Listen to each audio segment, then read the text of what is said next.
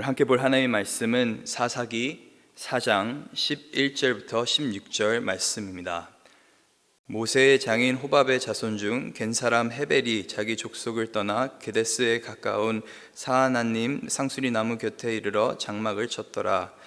야비노함의 아들 바락의 다볼산에 오른 것을 사람들이 시스라에게 알림해 시스라가 모든 병거 곧 철병거 900대와 자기와 함께 있는 모든 백성을 하로색 학고임에서부터 기손강으로 모은지라.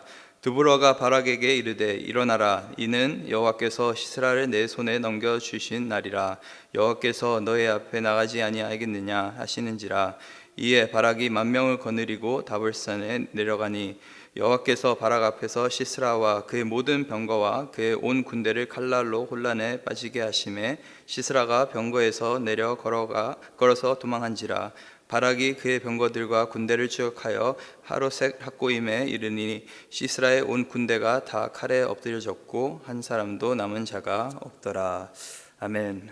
어제 본문에서 이제 드보라의 도움으로 바락이 하나님의 명령에 따라 납달리 자손과의 스불론 자손 10,000명을 데리고 이 굉장히 높은 지대에 있는 다볼산 이 지역으로 가는 것을 저희가 보게 됩니다. 처음에는 이 바락이 가고 싶지 않았는데 이제 드보라가 함께 간다고 하니까 그제서야 이 바락이 용기를 내서 이 높은 지대로 올라가게 된 것입니다.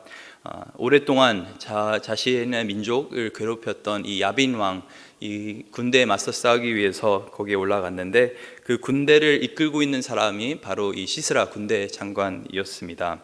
이 이스라엘 족속들이 움직이는 그 소식을 듣고 이 시스라 군대 장관 또한 군대를 움직이기 시작하는데 오늘 본문 12절과 13절을 보니까 이렇게 기록되어 있습니다. 아비노함의 아들 바락이 다볼산에 오른 것을 사람들이 시스라에게 알림해 시스라가 모든 병거 곧 철병거 900대와 자기와 함께 있는 모든 백성을 하로셋 학고임에서부터 기손강으로 모은지라. 지금 이 이스라엘 족속들은 산 위에 지금 위치해 있고 또 이 시스라의 군대는 평지인 이 강 쪽에 있는 것입니다.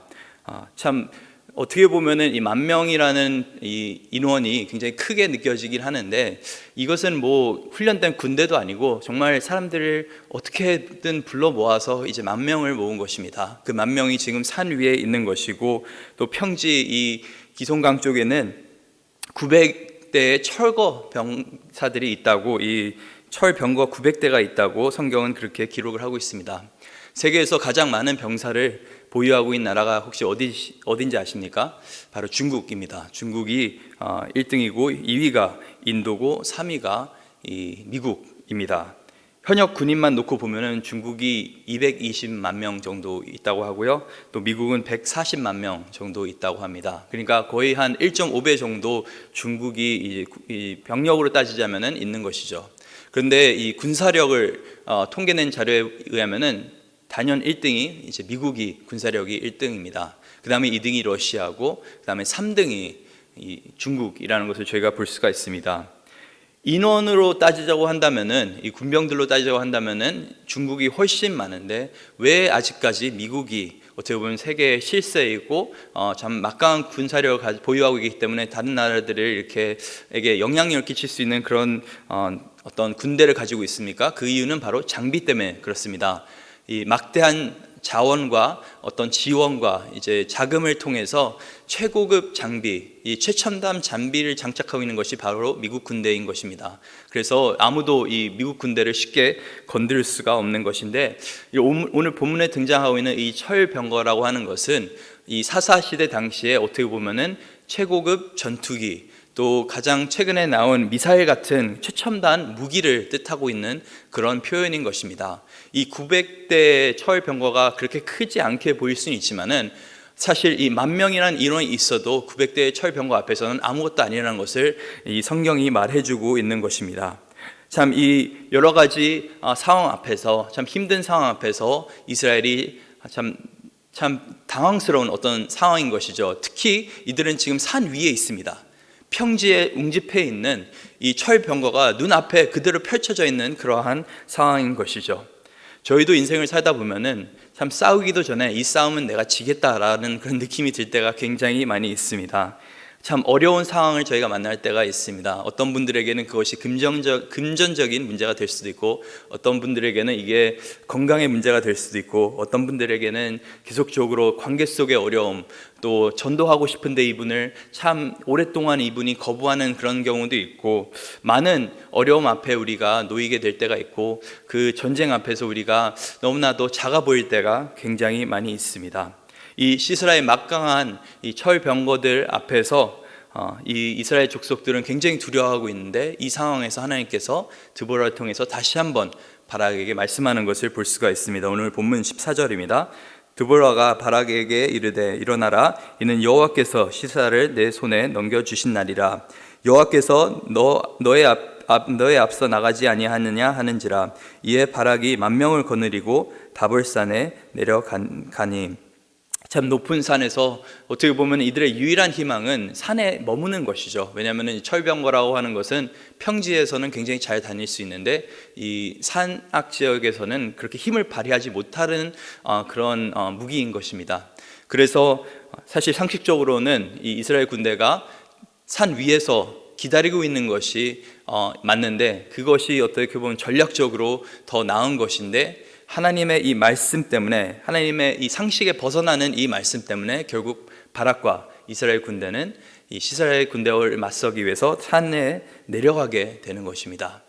참 전력이 너무나 차이가 나는데도 이 바락의 군대는 믿음으로 하나님의 말씀을 의지하는 마음으로 앞으로 전진해 나가는 것을 저희가 볼 수가 있습니다. 그리고 그 상황 가운데서 오늘 본문 15절과 16절에 보니까 이 전쟁의 결과가 굉장히 간략하게 이렇게 정의되어 있습니다. 여호와께서 바락 앞에서 시스라와 그의 모든 병거와 그의 온 군대를 칼날로 혼란에 빠지게 하심에 시스라가 병거에서 내려 걸어서 도망한지라. 바락이 그의 병거들과 군대를 추격하여 하로셋 학고임에 이르니 시스라의 온 군대가 다 칼에 엎드려졌고 한 사람도 남은 자가 없었더라. 그래서 하나님께서 전쟁을 이끄실 때는 이 최첨단 무기, 이 철병거 900대도 참 무용지물이 되어버린다는 것을 저희가 볼 수가 있습니다. 하나님께서는 이 전쟁의 주체가 되셨던 것이었습니다.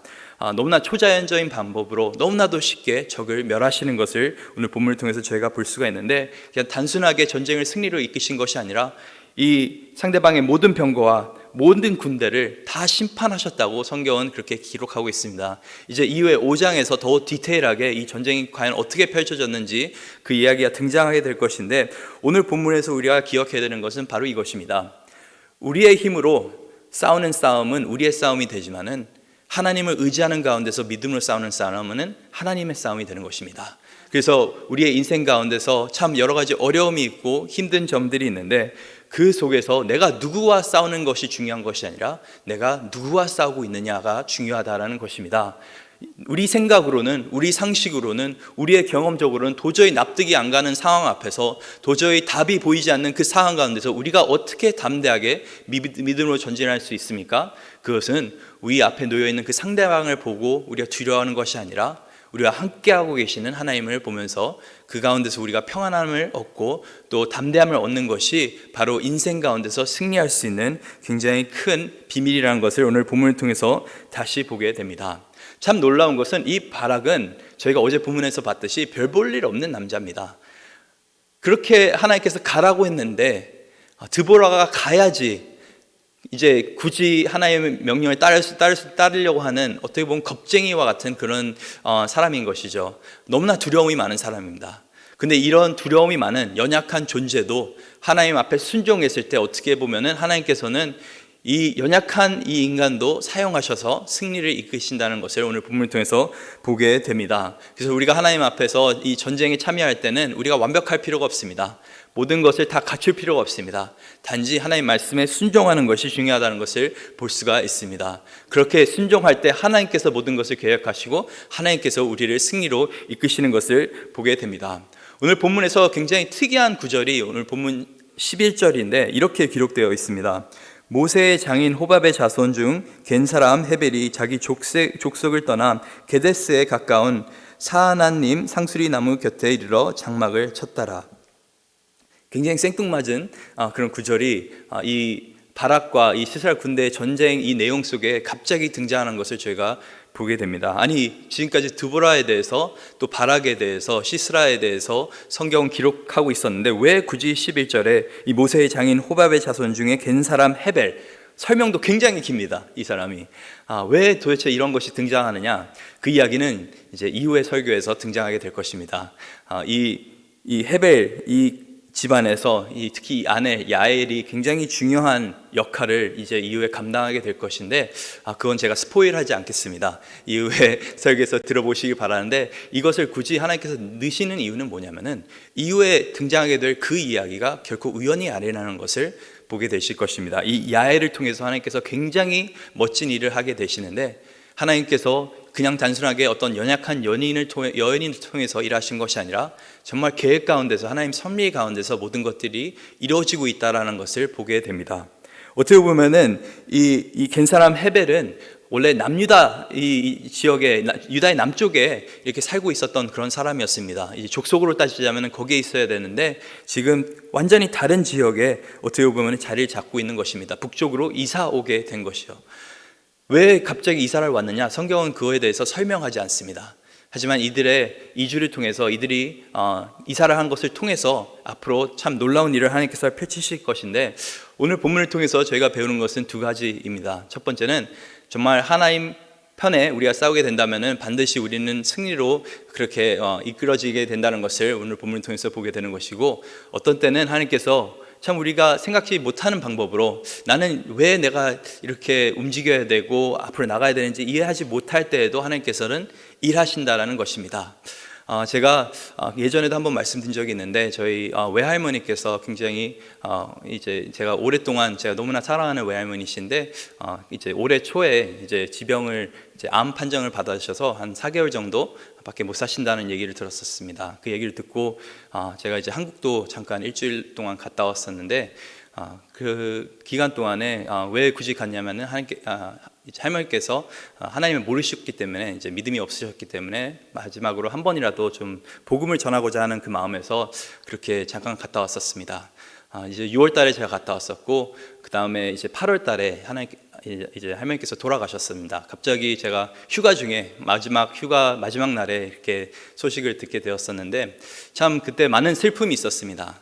너무나 아쉽죠, 할머니를 떠나 보내는 것이. 근데 저희 어머니께서 그때 이제 전화로 말씀해 주시는 것이, 그 감사하게 이제 할머니께서 성도로 떠나셨다라는 말씀을 하셨습니다.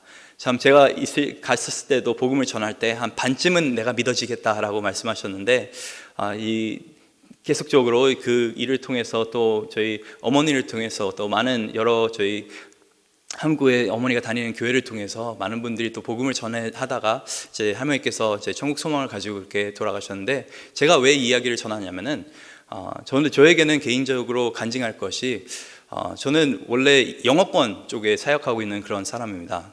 이제 신학 공부도 영어로 했었고 또 설교도 줄곧 영어로 했었고, 그런데 어느 날 갑자기 담임 목사님께서 한번 한국말로 설교해봐라 라고 말씀하셨습니다. 그러다가 이제 팬데믹이 터지고 나서 담임 목사님께서 팬데믹 기간 동안에 우리가 한번 로테이션을 해보자 라고 말씀하셔서, 이제 그때 당시에는 팬데믹이 한 3주 정도 제가 될 줄 알았습니다. 그래서 순종하는 마음에, 네 목사님 제가 로테이션에 들어가겠습니다. 누가 이제 3주가 아니라 이제 거의 한 2년 넘는 시간에 계속적으로 팬데믹 기간 중에 저희가 하고 있는데, 그래도 참 기쁨으로 너무나 감사하죠. 참 부족한 저에게 이렇게 설교할 수 있는 기회, 또 담임 목사님께서 아무에게나 이 설교의 자리를 이렇게 허락하지 않으시는데 너무나 감사하게, 너무 참 버거운 마음으로, 참 짐을 짓는 마음으로 그렇게 설교하기 시작했습니다. 그런데 그렇게 계속적으로 설교하다가 팬데믹 기간이니까 평소에는 이게 리코딩이 안 됐었는데 이제는 모든 것이 온라인으로 이제 올라가게 되는 것이죠.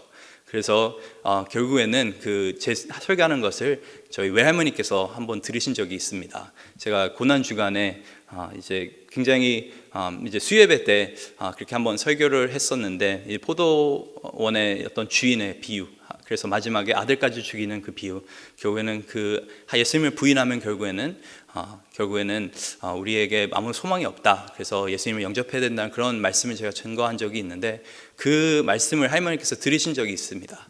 근데 지금 생각해 보면은 참 우연 같은 일들입니다. 정말 우연하게 한국 설교를 하기 시작했고, 정말 우연하게 어떻게 보면 새벽 설교를 시작하겠고, 우연하게 이 설교가 영상으로 남게 되는 것이고, 또 우연하게 그것이 이제 우리 외할머니가 들으실 수 있는 어떤 방법이 되어서 들으셨고, 또 참 우연하게 또 복음을 증거할 수 있는 어떤 그 기회가 주어졌었고, 또 우연하게 또 우리 외할머니께서 영접을 하시는 것들을 보면은 이것이 결코 우연이 아니고 하나님의 섭리라는 것을 보게 되는 것이죠.